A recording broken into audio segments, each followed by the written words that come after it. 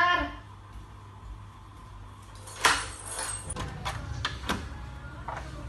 Di sini, Ya, di sini masih ingat sama saya, Nek? masih Suster Iya. Cynthia ya? Iya, benar sekali, Iya. Nek. Ya, saya Suster Cynthia. Nah, di sini sesuai dengan janji kita kemarin, Nek, ya, untuk kita ngobrol-ngobrol lagi, Nek. Gitu. Bagaimana keadaan Nenek hari ini, Nek? Alhamdulillah sehat, Sus. Baiklah. Boleh kita, Nek, mulai ngobrol-ngobrol, Nek? Boleh. Silakan masuk. Oke, makasih, Nek. Boleh masuk. Nek, sesuai dengan janji kita kemarin bahwa hari ini kita akan bertemu kembali untuk membahas tentang penyakit yang Nenek alami, yaitu hipertensi. Nah, di dalam setiap pertemuan sebelum kita memulai, kita akan mengawali terlebih dahulu untuk mengecek tekanan darah Nenek, dimana supaya kita tahu apakah tekanan darah Nenek itu sudah mengalami kondisi yang normal atau malah semakin naik seperti itu, supaya kita tahu cara pencegahan dan pengobatannya. Apakah Nenek bersedia, Nek? Bersedia, Sus. Baiklah, kita cek tensi dulu ya, Nek, ya.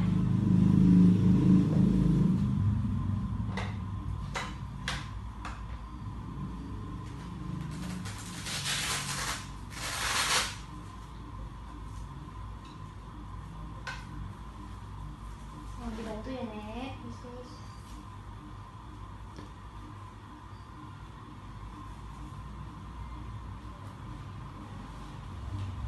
Relax ya, Nek, ya. Ya, Sus. Maaf ya.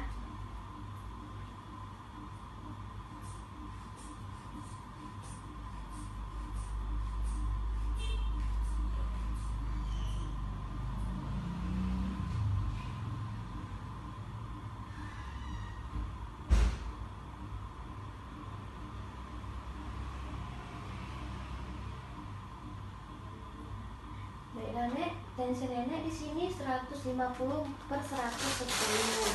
Nah, kalau dari yang kemarin sudah mengalami penurunan, Nenek, ya. Nah, namun tensi Nenek di sini belum dalam batas normal, masih terlalu tinggi seperti itu. Nah, nanti kita akan menonton video untuk mengetahui terkait dari berapa tensi normal, apa saja hal-hal terkait hipertensi yang Nenek butuhkan informasinya seperti itu. Jadi, untuk saat ini kita akan menonton video dulu, Nek, ya. Ya, Sus. Apakah Nenek bersedia? Boleh, Sus. Baiklah, kita nonton dulu ya, Nek, ya. Hipertensi atau tekanan Jelas, darah Nek? tinggi Jelas, Nek. adalah keadaan tekanan darah sistolik lebih dari 140 mm merkuri atau tekanan darah diastolik lebih dari 90 mm merkuri. Tekanan darah sistolik adalah jumlah yang diukur dalam setiap detak ketika jantung berkontraksi dan mendorong darah melalui arteri ke seluruh tubuh. Angka tekanan darah sistolik yang normal adalah sekitar 120 mm merkuri. Sedangkan tekanan darah diastolik adalah tekanan darah di dalam arteri saat jantung sedang tidak berdegup. Angka tekanan darah diastolik yang normal adalah 80 mm merkuri. Secara global, 1 miliar orang di dunia memiliki hipertensi. 2/3 diantaranya tinggal di negara berkembang dengan prevalensi yang terus meningkat tajam. Diprediksi, pada tahun 2025, sebanyak 29% orang dewasa di seluruh dunia terkena hipertensi. Hingga saat ini, hipertensi menjadi penyebab kematian sekitar 8 juta orang setiap tahun. Sebanyak 1,5 juta diantaranya terjadi di Asia Tenggara. Hipertensi disebut the silent killer karena sering muncul tanpa keluhan. Penderita umumnya tidak tahu kalau mengidap hipertensi. Hanya 1/3 penderita hipertensi yang terdiagnosis oleh tenaga kesehatan, dan ironinya hanya 0,7% yang minum obat secara rutin. Ada 2 faktor risiko hipertensi. Yang pertama adalah faktor yang melekat pada penderita seperti umur, jenis kelamin, dan genetik.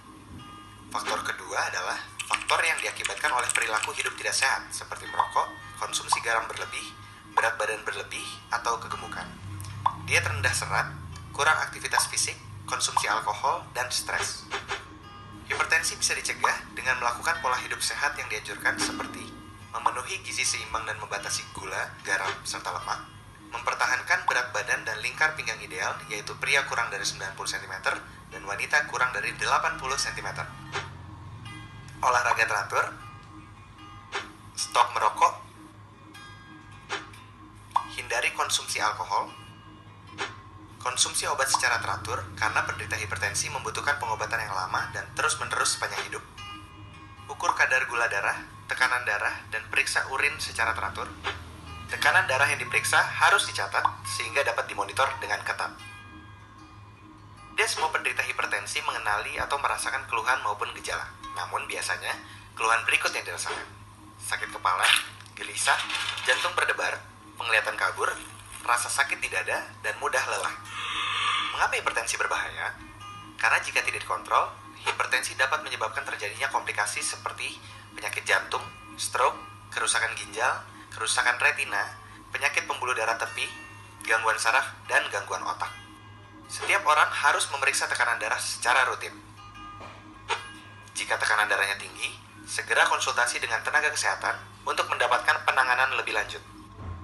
Sebagian penyandang hipertensi dapat mengontrol tekanan darahnya dengan melakukan perubahan gaya hidup saja. Namun, sebagian lainnya memerlukan tambahan obat.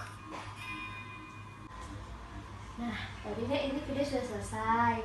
Nah, di sini banyak sekali informasi yang dapat kita ambil dan dapat kita lakukan untuk penyakit nenek ini. Nah, kalau boleh saya meminta dari yang kita lakukan barusan, bisakah nenek menyebutkan kembali hal-hal apa saja yang dapat nenek ambil dari video yang kita saksikan tadi? Boleh. Silakan. Tadi yang saya lihat dari video ini adalah tadi kalau misalnya hipertensi itu adalah penyakit yang karena tekanan darahnya tinggi melebihi batas normalnya. Kalau saya lihat di video tadi lebih dari 140/90. Terus faktor risikonya tadi karena bisa jadi karena umur, bisa karena juga karena gaya hidupnya tidak bagus gitu. Baik sekali Nek ya, berarti video yang kita saksikan tadi dapat Nenek pahami seperti itu. Berarti kita sekarang sudah mengetahui terkait dari apa yang Nenek alami. Nah tadi di sini juga ada tanda gejala. Nah Nenek bisa menyebutkan Nek apa saja tanda gejalanya tadi?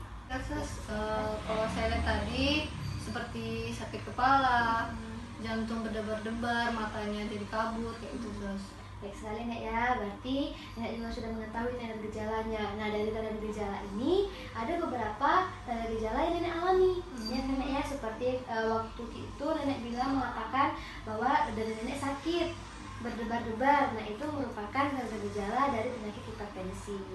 Nah dari video ini kita mengetahui sedikit banyaknya informasi tersebut.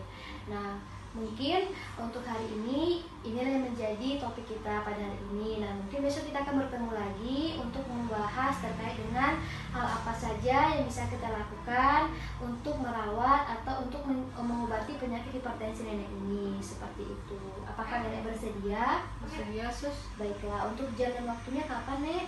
Jam 10-an. Jam 10, berarti seperti jam sekarang ya Nek? Iya. Baiklah, berarti jam 10 besok. Dan di sini kita akan membahas terkait hal yang saya katakan tadi. Seperti itu. Baiklah Nek, jika Nenek tidak ada pertanyaan lagi, tidak ada yang mendengarkan lagi, mungkin sekian untuk pertemuan kita hari ini. Bisa kita lanjutkan di besok hari Nek ya? Ya sus. Baiklah, kalau begitu saya permisi Nek. Selamat pagi. Pagi sus. Terima kasih ya sus. Iya Nek.